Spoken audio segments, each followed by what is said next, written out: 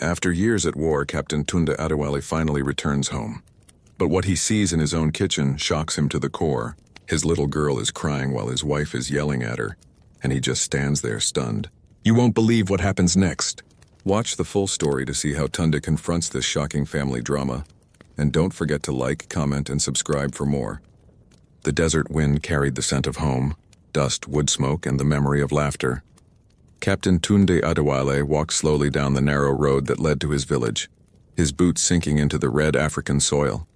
His uniform was faded, his medals rusted, his eyes old. 6 years of war can turn a man into stone, but even stones remember where they belong. The children playing by the roadside stopped and stared. One whispered, "Is that a ghost?" The other replied, "No, that's a soldier. Maybe from the Deadlands." Tunde smiled faintly.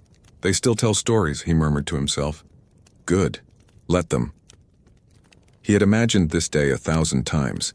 His wife Amara running to him, his little girl he had never seen calling him Papa. The sound of drums welcoming a son of the soil back home. But villages change faster than dreams. The huts looked newer, brighter. The market had more traders, and yet his name was gone from their lips. No one greeted him as Captain Tunde. No one remembered the man who left to defend his country. He stopped by the old mango tree, the one he planted with Amara the day before he left for duty.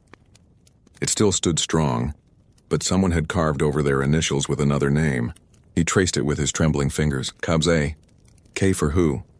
His chest tightened. He took a deep breath, the kind soldiers take before walking into fire. As the sun began to set, he saw his old house in the distance. The walls were painted cream instead of brown. There were new curtains, new pots outside, new flowers blooming where once there had been weeds. It felt foreign. Tunde stopped just before the gate. Through the open window he could see a figure moving.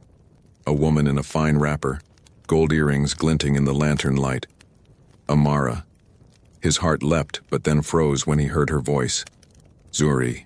Hurry up, you slow girl. Sweep that floor before the food burns. A tiny voice replied. Yes, Mama.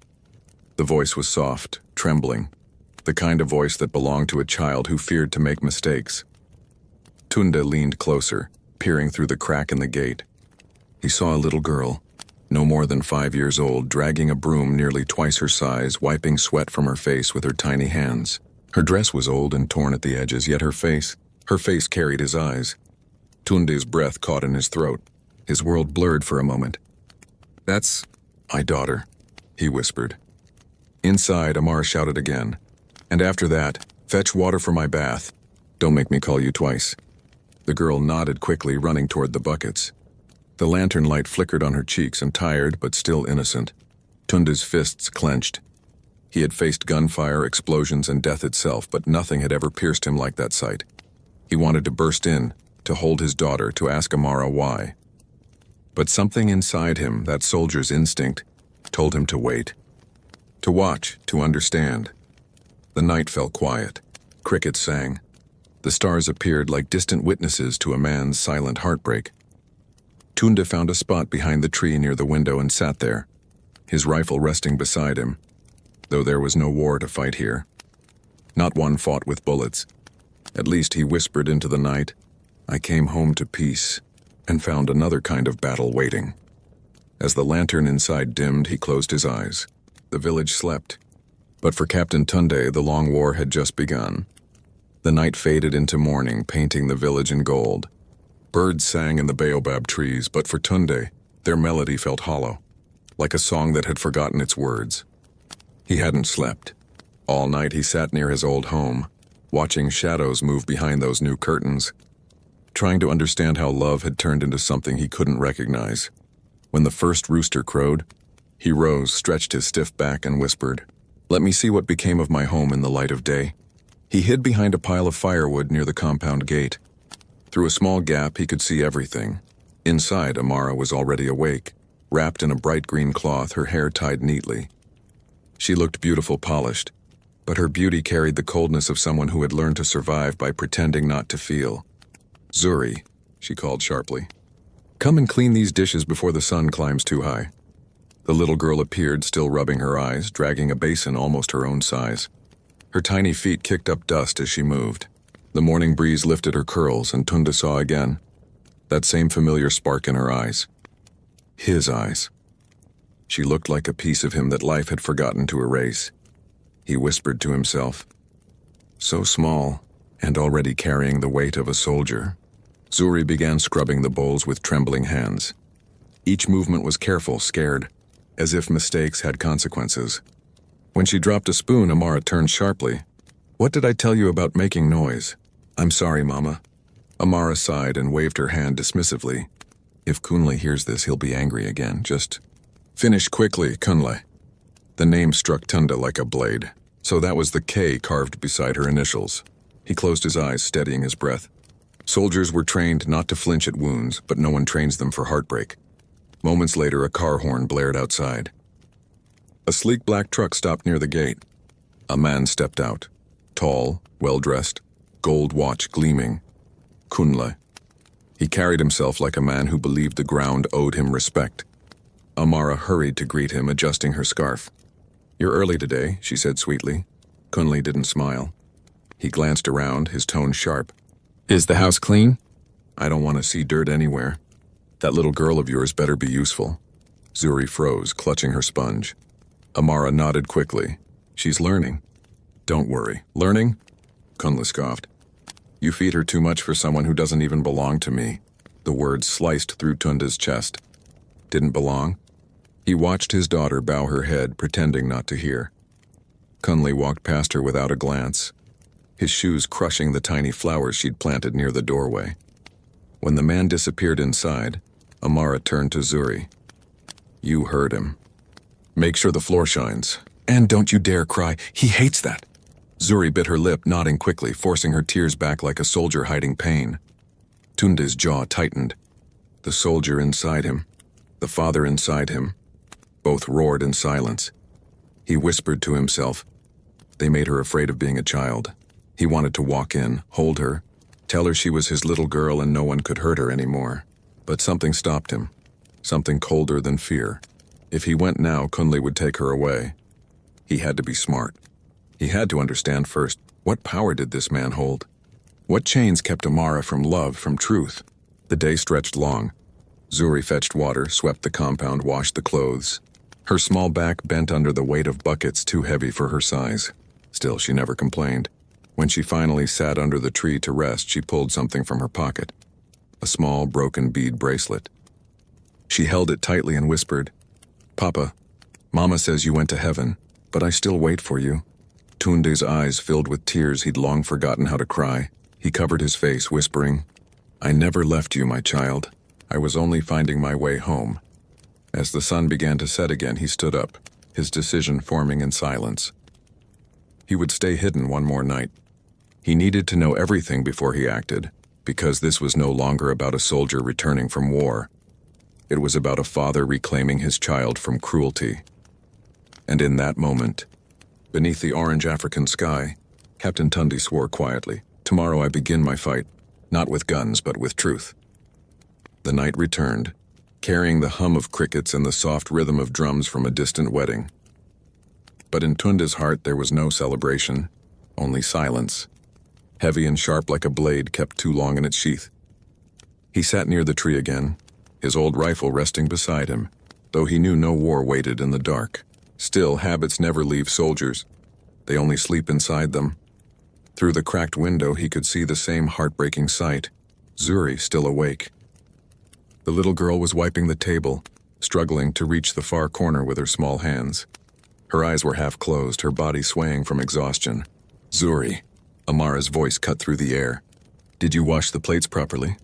"Yes, Mama," she whispered, "then check again." "You missed one yesterday." Zuri picked up the last plate, scrubbing it as carefully as her shaking hands allowed. When she was done, she placed it on the shelf, and only then did she allow herself to yawn. Amara didn't even notice. She was sitting by the mirror, applying oil to her skin, humming a slow song, one Tunde remembered. It was their song, the lullaby he used to hum to her before leaving for war. Now it sounded strange coming from her lips, colder, emptier, like a ghost of love. When the house finally went dark, Zuri carried her mat to the corner near the kitchen and lay down quietly. No blanket, no pillow, just the floor and her tiny arms tucked under her head. Tunde's chest tightened as he watched. He whispered, "Even soldiers rest softer than this child." He wanted to storm in, lift her up, hold her, but he stopped himself again. He needed to understand what happened to Amara. The woman he left behind would have never done this. The next morning, Tunde followed quietly as Zuri went to fetch water from the village well. The sky was pale, the air cool. She carried a metal bucket that looked heavier than her. Along the path, other children laughed and ran, but Zuri stayed alone. A small boy shouted, "Zuri, come play!" She smiled faintly and waved. "Can't, Mama will scold me." The boy frowned. "She always scolds you." "Why?" Zuri looked down. "Because I'm not like the others." Tunde's fists tightened behind the trees where he hid. He had heard enough. This was not just neglect. It was cruelty covered with silence. At the well, Zuri struggled to pull up the rope, her tiny arms trembling. The bucket splashed, spilling half the water. She sighed and tried again. That's when an old woman, Mama Said, walked by. "Hey, child," she said gently. "Why is your mother making you work alone so early?" Zuri looked around nervously. "Please don't tell her I'm slow. She'll be angry again." Mama Said's eyes softened. "Ah, my heart. You're too little for such fear." She helped fill the bucket, then whispered, "You look just like your father, God rest his soul." Zuri smiled shyly. "I think Papa watches me from the stars." Tunde closed his eyes. The words were soft, but they struck deeper than bullets ever could. How could a child who'd never seen him still love him so deeply? He turned away, his throat burning. That evening, Tunde made his decision. He could no longer stay just a shadow. He waited until Amara left to visit the market. Then silently he entered the compound for the first time. Every step felt like walking through a memory. The smell of the kitchen, the cracks on the walls, the faint drawings he had painted years ago still faded, but there. Zuri was sitting in the corner, trying to mend her torn doll with a needle and thread. Her hands were too small. The thread kept slipping. Tunde crouched behind her and said softly, "May I help?" She froze. The needle fell. Slowly she turned around and her eyes widened. There he was, tall, dark, tired, with kind eyes and a beard touched by years of dust. "You're not supposed to be here," she whispered. "Mama will—" "Shh," he smiled gently, kneeling. "I'm a friend. I used to know this house," she blinked. "You sound like someone I dream about." He chuckled softly. "Dreams have good taste then." From his pocket he pulled out a small wooden figure, a tiny carved soldier worn by time. "I made this long ago," he said, handing it to her. "For a little girl who likes to be brave." Zuri stared at it, eyes wide. "A soldier?" she whispered. "Papa was a soldier." Tunde's smile trembled. "Yes, he was." She hugged the toy tight, her voice trembling. "Mama says he's gone forever." Tunde looked away, swallowing hard. Sometimes people go away. Not forever. Just until they can come home again. "Will he ever come?" she asked innocently. He placed his hand on her head gently. "He already has." Before she could ask more, Amara's voice echoed from the distance. "Zuri, where are you?" Tunde froze. He whispered quickly, "Keep this toy safe." "Don't tell anyone you saw me," Zuri nodded, clutching the figure like a treasure. Then he slipped out through the back gate, disappearing just as Amara entered. Zuri stared at the toy again and whispered, "Papa, if you can hear me, I won't be afraid anymore." Outside, hidden in the shadows, Tunde smiled through his tears. He had seen his daughter, heard her voice, felt her hope, and that was enough for now, but he knew the time for hiding was ending. Tomorrow he would stop being a ghost. Tomorrow, the soldier would return, not to war, but to justice. The rain came softly that night, the kind that doesn't roar, only whispers against rooftops, washing away the dust but not the pain. Captain Tunde Adewale sat beneath the mango tree, the same one he and Amara had planted together years ago. The branches swayed above him like old memories refusing to rest. The small wooden soldier rested in his palm. It was the same one he had given to Zuri, the same one he had once carved in a war camp under a flickering lantern. He remembered that night clearly, the smell of gunpowder, the trembling in his hands, and the hope in his heart. He had written to Amara back then, "If I don't come home soon, tell our child her father fought for her laughter." But she never wrote back. He thought the letters had gotten lost. Now he knew. They'd simply stopped meaning anything to her. The storm inside him grew heavier than the rain. Flashback, 6 years earlier. The desert was burning that day. Tunde's platoon had been ambushed. Smoke, gunfire, screams, chaos that eats sound. His friend Sergeant Bala was hit first. Tunde dragged him behind a broken vehicle. "Go," Bala gasped. "Save yourself." Tunde refused. "Not without you." They had both been captured soon after and taken as prisoners of war. For 2 years, Tunde lived in a camp far from home. Half-starved, half-human. He had escaped through the jungle, bleeding and broken, walking for days until a relief team found him. When he finally returned to his base, the commander told him, "You were declared dead. Your name is on the memorial wall." Tunde had laughed, the bitter kind of laugh that only men who have seen too much can give. "Dead," he said. Maybe that's easier for them to believe. Now, watching the rain trickle down his uniform sleeve, he wondered if Amara had mourned him, or simply moved on. The next morning, he walked into the village for the first time in daylight. People turned and whispered. An old man pointed. "Isn't that the soldier who died years ago?" Another woman murmured. "Then who lives in his house now?" Tunde ignored them. He had one destination, Mama Said's hut, the old woman from the well. She had known him since he was a boy. When she saw him at her door, her eyes widened and then filled with tears. "Tunde, my son? You live?" He nodded. "Barely." She hugged him, trembling. "We all thought you were gone. Your wife mourned you for a year. Then Kunle came, promised her comfort, safety. I warned her that man's heart was made of golden stone, heavy and cold." Tunde's voice was low. "And my daughter?" Mama Sadie sighed. "She was born with your eyes. Everyone knew. That's why Kunle despised her. He tolerates her because Amara keeps peace with silence." He clenched his jaw. "Silence is just another kind of crime." The old woman looked at him sadly. "What will you do now?" He didn't answer. His eyes had already decided. That night, the soldier returned to his post behind the mango tree, the house lit by oil lamps once again. Through the window, he could see Zuri playing quietly with the toy soldier, whispering to it as though it were alive. "Papa," she said softly, "I kept your soldier safe." Tunde smiled faintly. The rain had stopped, but the world was still heavy. Inside, Amara spoke with Kunle. Their voices were low but sharp. "You promised she'd stop calling that dead man her father," Kunle said coldly. "She's just a child," Amara replied, her tone shaking.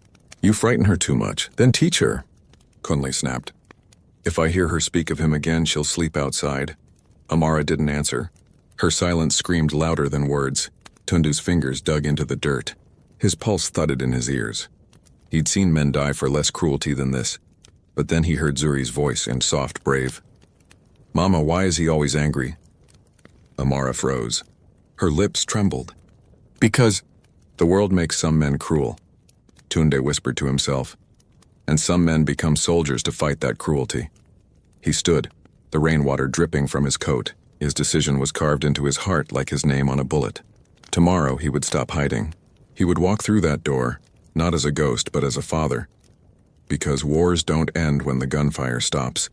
They end when the truth finally speaks. And Tunde was ready to speak. The next morning came with a sky the color of steel, heavy, waiting like the world itself knew something was about to break. Captain Tunde Adewale had not slept. He sat by the river washing the dust from his boots, watching his reflection ripple in the water. The man staring back looked like him, but older, not from years, but from everything he had survived. He whispered to his reflection, "You fought wars for peace.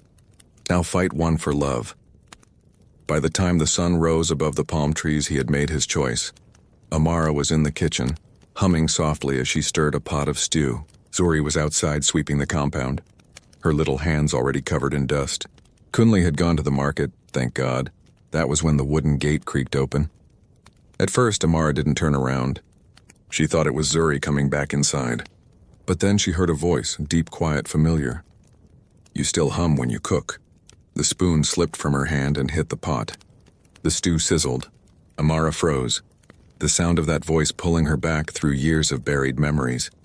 Slowly, she turned, and there he stood, tall, strong, his uniform faded, eyes burning with the kind of sorrow only time could forge. "Tunde," she breathed, her lips trembling.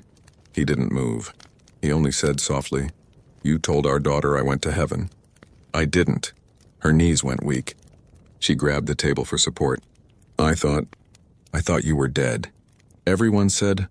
They said because it was easier to forget me than wait. His tone was calm, but each word carried the weight of years. Amara covered her face, tears spilling. "I waited, Tunde, I did. For years I prayed, but the army sent letters saying you were gone. I buried your uniform myself." He stepped closer, the air between them charged with pain and memory. "You buried my name, and married another." Amara's voice cracked. "I had nothing.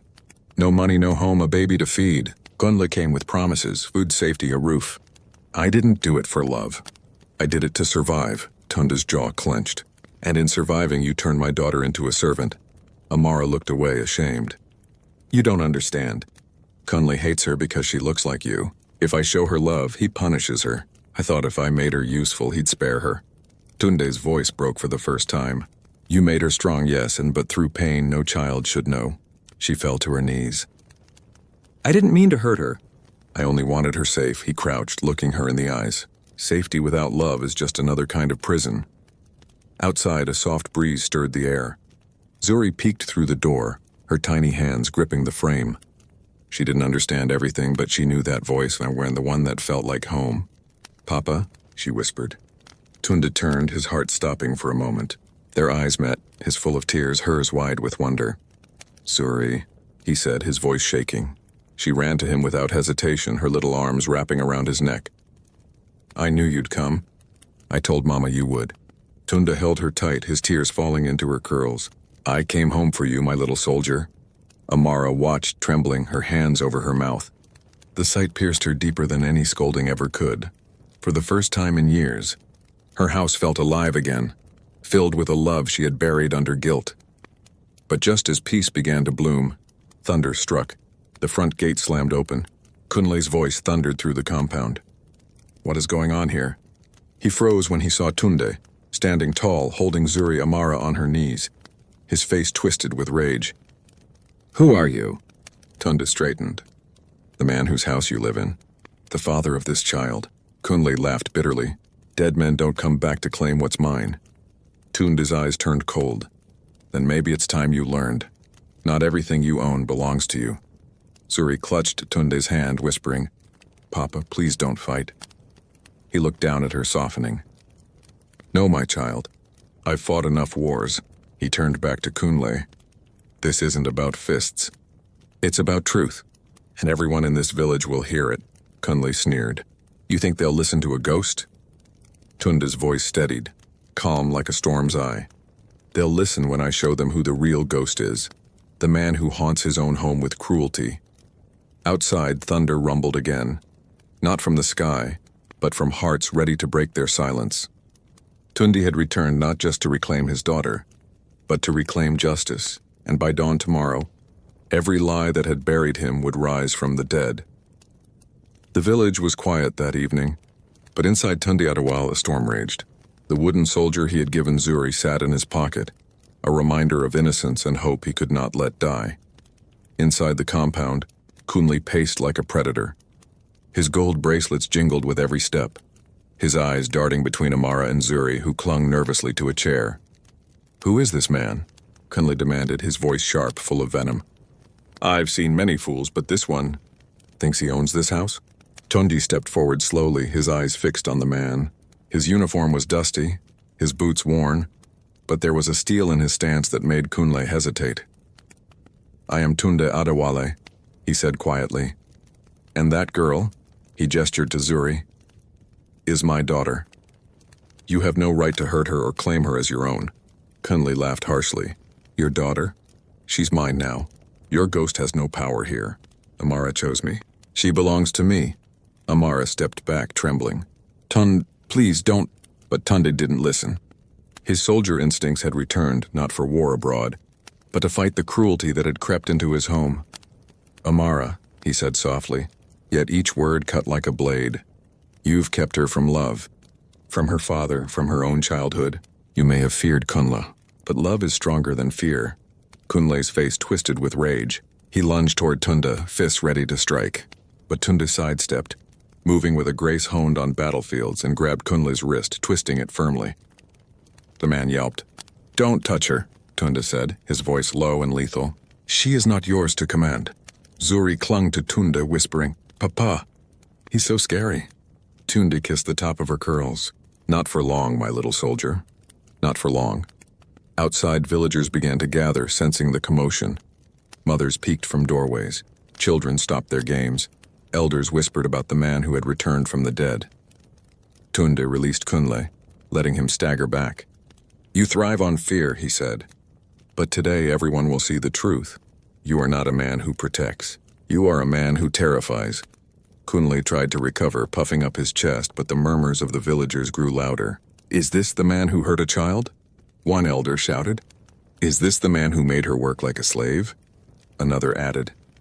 The weight of the village's eyes pressed down on Kunle. His arrogance faltered.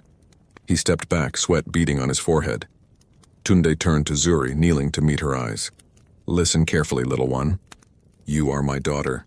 Tomorrow we will leave this house. You will never scrub another floor under someone's anger again." Zuri's eyes shimmered with tears, hope mixing with disbelief. "Papa, really?" "Really," he whispered. Amara's hands trembled.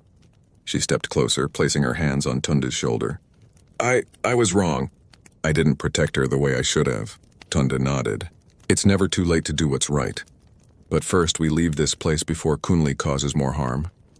The black sky was heavy with clouds, and rain began to fall in soft sheets. The droplets splashed against the compound, washing away dust, and soon the shadow of cruelty. Tunde looked at Kunle one last time. "This is your final warning. Leave this village, leave my family, or face the consequences." Kunle's face twisted with fury, but with the villagers surrounding him, he knew the fight would not go in his favor. With a sneer, he backed away, disappearing into the night. Tunde stood tall, holding Zuri close. He whispered into her ear, "The war is over, little soldier. Your new life begins tomorrow." The rain fell harder, but it felt like cleansing, not just of the earth, but of hearts. For the first time in years, Tunde Adewale smiled freely. The morning sun spilled golden light across the village, catching droplets of rain on the palm leaves like scattered diamonds. The air was fresh, yet heavy with anticipation. Captain Tunde Adewale walked with Zuri beside him, her small hand clutching his tightly. For the first time, she walked not as a servant, but as a child reclaiming her father's protection. They made their way to Mama Sede's hut, the old woman who had always been a guiding presence in the village. Today the elders gathered there, sensing the gravity of the soldier's return. Tunde bowed respectfully. "Elders, I come not to seek vengeance but justice for my daughter. She has suffered because of fear and lies." The village elders, old men with weathered faces and voices that carried the authority of generations, nodded gravely. Elder Oba spoke first. "We have seen the child's suffering, and now her father returns. Speak, son of the soil, and we will hear you." Tunde's voice rang with quiet strength. "My daughter Zuri has been made to work like a servant in her own home. Not for discipline, not for growth, but because of the fear of a man who calls himself her guardian. I asked the village to witness her plight and protect her from cruelty." Zuri stepped forward, her tiny voice carrying through the hut. I just wanted to be loved. I didn't understand why Mama made me work so much, but Papa says I am his daughter." Tears pooled in the eyes of the elders, and some of the women whispered to each other. Mama Sede placed her hand gently on Zuri's shoulder. "The child speaks truth. Her father has returned to bring peace." At that moment, Amara entered the hut. Her face was pale, hands clasped tightly together. She had rehearsed what she would say all night, but the words faltered as she saw the strength and calm in Tunde's eyes. "Tunde," she began, voice quivering. "I was wrong. I let fear control me. I thought I was protecting Zuri, but I only trapped her in pain. Please forgive me." Tunde studied her silently. Every scar of the past, every betrayal seemed to hang in the air. Then he spoke softly. "Amara, Zuri needs love more than she needs punishment. If you truly want to make this right, you will stand with us, not against us." Amara nodded, tears streaming freely. "I will, I promise. I will never let fear rule her again." The elders murmured their approval, their faces softening. Elder Oba raised his hands. Let it be known throughout this village, Zuri Adewale is free from fear. She will be raised in love under the protection of her father, and those who seek to harm her shall answer to the village. Outside, the villagers began to gather, sensing the resolution. They looked at Tunde and Zuri walking together, the bond between father and daughter glowing stronger than any storm could erode. Amara stayed beside them, her presence quiet but steady. She had learned that love required courage, and today she was ready to reclaim it. Tunde held Zuri's hand tightly and whispered, "We have won the first battle, little soldier. The rest of our life is waiting." Zuri's eyes shone with hope. "And Papa, we will never be afraid again?" Tunde smiled, the sunlight catching in his eyes like a promise. "Never again. Not while I live." The rain from last night had washed the village clean, but today, Tunde realized it had also washed the shadows from their hearts. The soldier who had returned from the dead had not only reclaimed his daughter, he had restored a family, and in doing so, reminded the village that courage and truth are stronger than any fear. The sun had barely climbed over the hills when the sound of a motorbike shattered the morning calm. Dust swirled around the compound and villagers peered out from doorways with unease. It was Kunle, his face twisted with fury, gold bracelets glinting in the bright sun. Word of Tunde's return had spread faster than fire in dry grass, and the arrogant traitor had come to reclaim what he believed was his. Tunde stood at the gate, Zuri beside him, Amara slightly behind.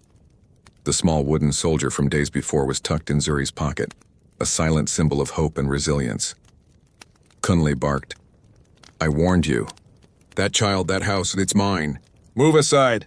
Tunde's eyes narrowed. "You belong nowhere near my family. Step forward and I'll make sure the village remembers what fear feels like." Kunle laughed bitterly. "You a ghost who thinks he can fight me?" The villagers gathered quickly, forming a human wall around Tunde and Zuri. Mothers clutched children. Elders muttered prayers and young men brandished sticks, not for violence, but as witnesses of justice. Kunle's arrogance faltered for a moment. The whispers of the village reached him. "This man is her father. You are nothing but a tyrant here." Tunde took a step closer, his voice calm but commanding. "Zuri, stay behind me. Amara, stand by my side. Today ends fear." Kunle lunged suddenly, attempting to grab Zuri. But Tunde was faster. Years of combat and survival sharpened his reflexes. He caught Kunle's wrist and twisted it, forcing the man to stumble. The villagers gasped. "Let her go," Tunde said firmly, his gaze locking with Kunle's. "She is mine. You have no right to touch her, to harm her, or to control her life." Kunle struggled, but the strength and calm in Tunde's stance was overwhelming. He looked around, the villagers watching, Amara trembling with hope and guilt, and realized he was powerless here. Tunde didn't attack. He only said, "This is your final warning. Leave this village and never return. You have had your chance to rule through fear. Your reign ends today." Kunle's face contorted with rage, but even he could see the truth in the soldier's eyes and the unity of the village behind him. With a snarl, he turned and stormed away, leaving a trail of dust and anger behind. Zuri ran into Tunde's arms, her laughter ringing across the courtyard. "Papa, he's gone!" Tunde hugged her tightly, his voice low and trembling with relief. "Yes, little soldier. He's gone forever." Amara stepped forward, tears streaming. I should have fought sooner. I'm sorry, Tunde. I failed both of you." He looked at her, a soft smile breaking through the battle-worn lines of his face. "No. You survived. You protected her the best you could. That's all that matters. Now we fight together. With love, not fear." The villagers cheered, some clapping, some dancing, the long tension finally breaking into celebration. Children ran around freely. Elders smiled, and the rain from the previous night shimmered in puddles like blessings from the sky. Tunde looked down at Zuri and whispered, "This is just the beginning of a life full of freedom, laughter, and love. No more shadows, no more fear." Zuri's eyes sparkled. "Papa, we can be happy now?" Tunde nodded, kissing her curls. "Happiest we've ever been. For the first time in years." The soldier felt the peace he had fought so long to find. Not in distant battlefields, but in the embrace of his daughter, the forgiveness of his wife, and the warmth of a village standing behind truth and justice. The sun rose over the village like a golden promise, casting warm light over the red earth and the lush green hills. The air was filled with the scent of wet soil and the faint fragrance of blooming flowers. Today, Tunde Adewale walked not as a soldier returning from war, but as a father reclaiming his life. Villagers gathered in the square, drums in hand, singing songs of triumph and reunion. Children ran around laughing, their voices carrying across the fields. Mothers wept quietly, their hands pressed to their hearts, witnessing a story of cruelty turned into justice. Tunde held Zuri's hand, her small fingers gripping his tightly. She ran ahead, pointing at flowers and calling out to the neighbors who had watched her grow up under hardship. The villagers cheered louder when she ran past, a symbol of innocence preserved. Amara followed closely behind, her eyes soft and remorseful. She had spent years living in fear, but today, standing beside her husband and daughter, she felt a new strength awaken inside her. She whispered to Tunde, "I will make sure she never knows fear again." He smiled, a quiet warmth in his eyes. "And she will grow up knowing love, not fear, not obedience forced by harsh words, but freedom to be herself." The elders, led by Elder Oba, approached. "Tunde Adewale," he said, voice full of respect. "Your courage has returned not only to your family, but to this village. Let today be remembered, the day love overcame cruelty and truth overcame fear." The villagers began to dance around the compound, drums beating in rhythm with hearts full of hope. Zuri twirled in the sunlight, her laughter like music, her tiny feet stamping joy into the earth. Amara knelt beside Tunde, gently placing a hand on his shoulder. "I forgot what courage truly meant," she admitted. "But you've reminded me. I will never let fear guide us again." Tunde hugged her briefly, then looked down at Zuri. "Our daughter," he said softly, "deserves all the laughter we can give her, all the stories, all the love, all the stars." Zuri ran to a small patch of flowers and picked the brightest one, holding it out to her father. "For you, Papa," she said, her smile wide and pure. Tunde took it, holding it carefully in his hand.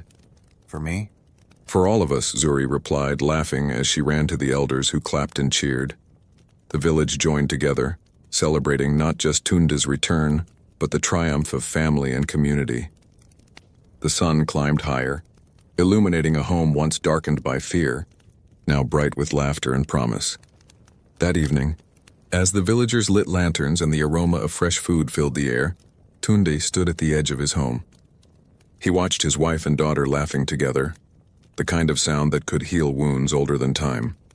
He whispered into the wind, "I fought many battles, but the greatest victory is this. A home filled with love and a daughter who will never know the shadows of fear again." Amara approached and held his hand. "Tomorrow we start anew," she said. Tunde nodded. "Tomorrow we live. Today we celebrate." And so, under the vast African sky, a family once torn apart found its way back to each other.